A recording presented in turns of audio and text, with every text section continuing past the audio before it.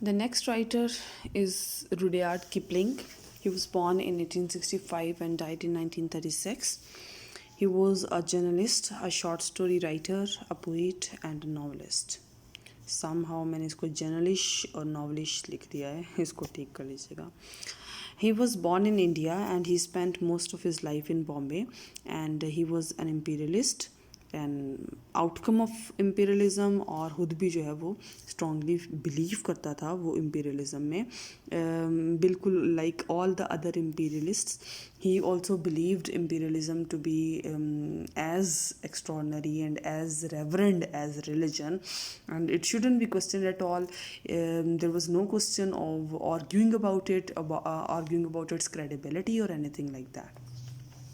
He is buried in Westminster Abbey, and his main contribution is towards children literature, travel literature, and science fiction. Among his major works, we have The Jungle Book, Kim, Just So Stories, Captains Courageous, The White Man's Burden.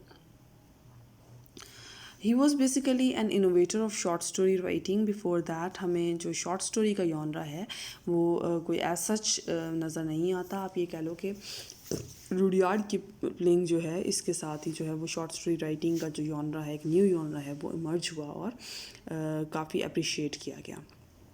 His works have been translated into a lot other languages also, and he himself have translated and written an English version of a Hindu lullaby entitled as Shiv and the Grasshopper.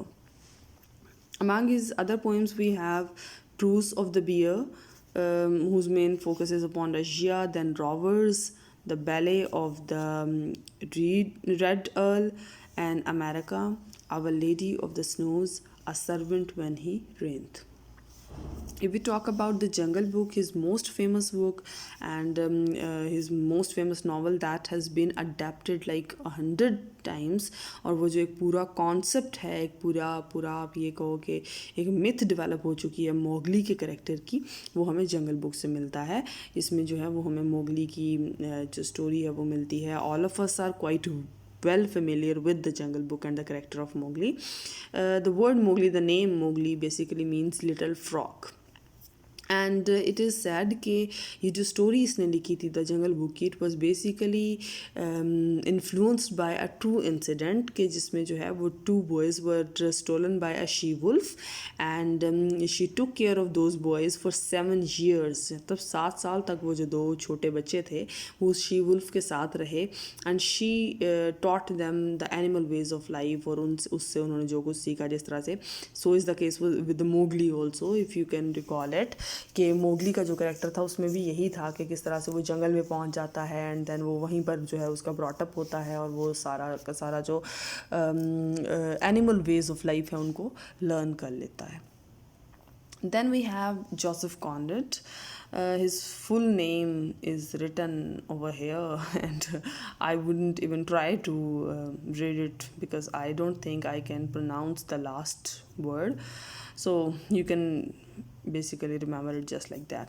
He was a Polish-British writer, and he is also a novelist, a short story writer, and an essayist.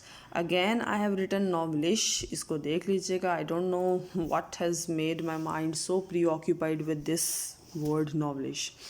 But anyhow, इतनी छोटी छोटी mistakes तो थोड़ी ignore की जा सकती हैं. Okay जी, he was the first one. Joseph Conrad की जो हमारे पास बिगेस्ट कॉन्ट्रीब्यूशन लिटरेचर में मिलती है वो मिलती है उसका एंटी हीरोइक करेक्टर्स का जो प्रेजेंटेशन है, उनकी इनोवेशन है उसको. अब क्या होता है एंटी हीरोइक करेक्टर से हमारी क्या मुराद है कि इसने फर्स्ट टाइम हमारे पास ऐसे करेक्टर्स लेकर आया जो प्रोटैगनिस्ट्स हैं, जो मेन करेक्टर्स हैं उसके वर्क्स के, but they do not have those conventional heroic qualities जो अब तक एक ट्रेडिशन, एक नॉर्म बन चुका था कि जो प्रोटैगनिस्ट्स हैं उनके अंदर बहुत ही एक्स्ट्रॉर्डनरी सॉर्ट ऑफ क्वालिटीज़ होना चाहिए, वो बिल्कुल कॉमन मैन जैसे नहीं हो सकते थे. तो अब इसने जो है वो इस कॉन्सेप्ट को जो है वो क्वेश्चन किया, और अब जो हमारे कॉनरेड के जो protagonists हैं they are anti-heroic because they do not have those qualities of courage and idealism and morality sort of things. Then his focus was upon personal honor. Personal honor means honor of human beings, the dignity of the human beings. It shouldn't be compromised at all. He is considered to be master of impressionism. By impressionism we mean use of imagery and symbolism to portray the poet's impressions. Poet की जो understanding, poet का जो mind पे impression आता है किसी भी चीज़ का, उसको through imagery और symbolism presentation को हम impressionism बोलते हैं. Then he was a moralist, but he was not a preacher. He had quite good faith and quite good concern with moral teachings, but he was not a preacher at all. He basically left it for his readers to interpret and to learn from the characters. वो एक scenario जो है वो present कर देता था. उसमें जो है वो characters के साथ जो कुछ हो रहा है उन चीज़ों को, उसके जो पीछे moral जो उनका view है, जो moral उसकी learning है, वो सब कुछ, लेकिन वो खुद से नहीं कहता था कि that this is right and this is wrong and everyone should follow this path and avoid this path. He basically presented the idea and then he left it upon his readers to interpret it and to learn from those characters. His works are considered to be belonging to a new genre that is called nautical fiction, because most of his fiction was set on और near the sea. जो setting है वो सी related होती थी, सी के अंदर के incidents या सी के करीब तरीन जो जगह हैं उनके इंसिडेंट्स होते थे. मेन जो सेटिंग थी वो ये होती थी. Among his notable works we have the nigger of the Narcissus, a tale of the forecastle या फिर a tale of the sea. ये दोनों सब टाइटल्स इसके लिए यूज़ किए जाते हैं. It is basically a novella. Novella हम किसको बोलते हैं? नोवेला हम एक ऐसी फिक्शनल राइटिंग को बोलते हैं जो कि प्रोज में है, यानी उसका जो स्ट्रक्चर है वो जस्ट लाइक नॉवल है, लेकिन उसकी जो लेंथ है वो नॉवल और शॉर्ट स्टोरी के इन बिटवीन होती है. यानी नॉवल जितना लंबा नहीं होता और शॉर्ट स्टोरी जितना छोटा नहीं होता. शॉर्ट स्टोरी से थोड़ा लंबा, नॉवल से थोड़ा छोटा. It is also a nautical novel and इसमें जो है वो जिस शिप के वॉयज की बात हो रही है वो जो है वो इंडियन ओशन और अटलांटिक ओशन के ऊपर उसका जो वॉयज है वो हो रहा है. Then we have Heart of Darkness that was published in 1899. It is also considered to be a novella, not a novel, but sometimes it is also categorized as a novel. Its setting is in Congo Free State, that is in Africa, and उसका जो voyage है वो Congo River पर हो रहा है. उसमें जो है वो आपको एक पैरेलल नज़र आता है बिल्ड करते हुए इस नावल में. पैरेलल क्या है कि कंपैरिजन बिल्टअप किया गया है लंदन का, जो कि रिप्रेजेंटेशन है और जिसको सिंबॉलिकली कहा जा रहा है कि वो ग्रेटेस्ट टाउन है ऑन अर्थ, यानी एक्स्ट्रॉर्डनरी, हर लिहाज से बेस्ट, हर लिहाज से परफेक्ट. और उसका कंट्रास्ट एक पैरेलल जो बिल्ड किया गया है वो अफ्रीका के साथ किया गया. और अफ्रीका जो है वो क्या है, वो सिंबॉलिकली एक प्लेस ऑफ डार्कनेस है जहाँ पर कोई सिविलाइजेशन नहीं है, एजुकेशन नहीं है, मॉडर्निज्म नहीं है, यानी बहुत ज़्यादा बैकवर्ड है. उसके साथ एक कंपैरिजन बिल्ड किया गया है. सेंट्रल आइडिया उसका जो है वो ये है कि जो सिविलाइज्ड लोग हैं, हमारे जो so called civilised, so called educated लोग हैं, उनमें और वो जो सैवेजेस हैं of the darkness of the African areas, उनमें कोई बहुत ज़्यादा ख़ास फ़र्क नहीं है. अगर हम उनकी लाइफ्स को कंपेयर करते हैं और डिस्कस करते हैं तो वी फाइंड आउट कि वो काफ़ी हद तक एक दूसरे से रिजेंबल करते हैं as far as their acts are considered, as far as their thoughts are considered. उनकी जो वैल्यूज़ हैं उनको अगर हम कंपेयर करें तो. Then it is also a commentary on imperialism and racism. उसके ऊपर भी एक उसका कमेंट्स हमें मिलते हैं. अगर हम उसके करेक्टर्स की बात करते हैं हार्ट ऑफ डार्कनेस के, तो उसमें हमारे पास जो मेन करेक्टर है वो है जी मार्लो, जो कि हमारा प्रोटैगनिस्ट है. वो एक फ़िलोसॉफिकल सा करेक्टर है, लेकिन he is quite sceptical of imperialism and he is a master of story teller. बहुत जो है वो एक्स्ट्रा ऑर्डनरी उसकी एबिलिटीज़ हैं स्टोरी टेलिंग की. Then we have Kurtz. Kurtz जो है वो बेसिकली एक आपको कि स्टडी है और एक मेन ऑब्जेक्ट है मार्लो के क्वेस्ट का, मार्लो की जो स्टडी है उसका. He is an extraordinary musician and a painter. And then we have some minor characters. Among them we have the brickmaker, chief accountant, pilgrims, cannibals, Russian trader, and then helmsman and free slaven. Among his other notable works, that is Joseph Conrad's works, वो जो हैं उसमें और हमारे पास आ जाता है under western eyes, Lord Jim, Nostromo, suspense a Napoleonic novel, जो कि उसका लास्ट नावल है और वो अनफिनिश्ड रहा, उसकी डेथ के बाद इसे पब्लिश किया गया, एंड देन टाइफून। ये सारे के सारे उसके नावल्स हैं। And if we talk about his essays, तो उसमें हमारे पास है जी autocracy and war, the mirror of the sea, जो कि एक कलेक्शन है ऑटोबायोग्राफिकल एसेज का। इनिशियली उनको पब्लिश नहीं किया और उसकी शायद इंटेंशन भी नहीं थी उनको पब्लिश करने की, लेकिन बाद में फिर जो है उनको कलेक्टिवली पब्लिश कर दिया गया। And then we have the shock of war. Next writer is G.B. Shaw, George Bernard Shaw, who is an Irish playwright and a critic. He was born in 1856 and he died in 1950. His major contribution is that he incorporated historical facts, historical allegories, and developed an amalgamation of the contemporary satire with it. Among his major works, we have Pygmalion. Pygmalion is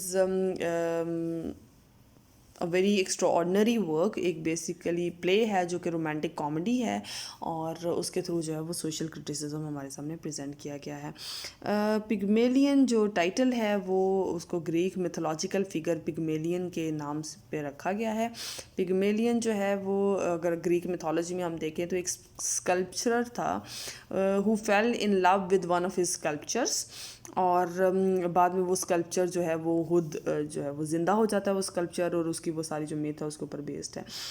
अच्छा, अब adapted है काफ़ी ज़्यादा Pygmalion जो है, इसकी बहुत ज़्यादा अडेप्टेशंस हुई हैं और जो उसकी मोस्ट फेमस अडेप्टेशन है वो मूवी की फॉर्म में जो है वो है my fair lady.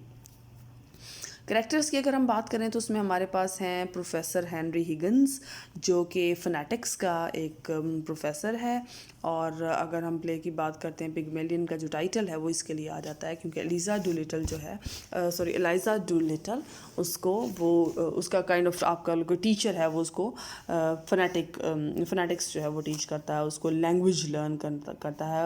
Eliza Dolittle जो है वो हमारा एक एंटी हीरोइक करेक्टर है, एंटी हीरोइन है, मीन टू से कि प्रोटैगनिस्ट है, मेन करेक्टर है, बट उसमें कोई हीरोइक कैपेबिलिटीज़ आपको नज़र नहीं आती। She appears to be very ordinary sort of girl, very ordinary sort of manners, उसकी अपीयरेंस बहुत ऑर्डनरी है, उसकी लैंग्वेज, उसके जो क्वालिटीज़ और एट्रीब्यूट्स हैं सब के सब बहुत ऑर्डनरी हैं।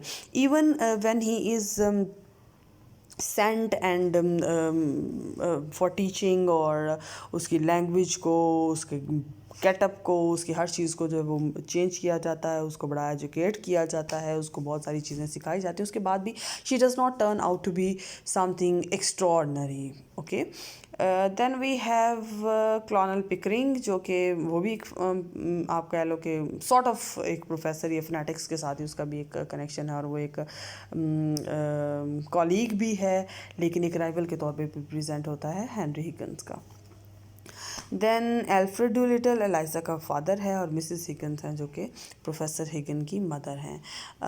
The story is quite interesting. अगर थोड़ा बहुत अपने आप को एंटरटेन करना चाहो तो I would recommend you to watch the movie my fair lady, that is very interesting.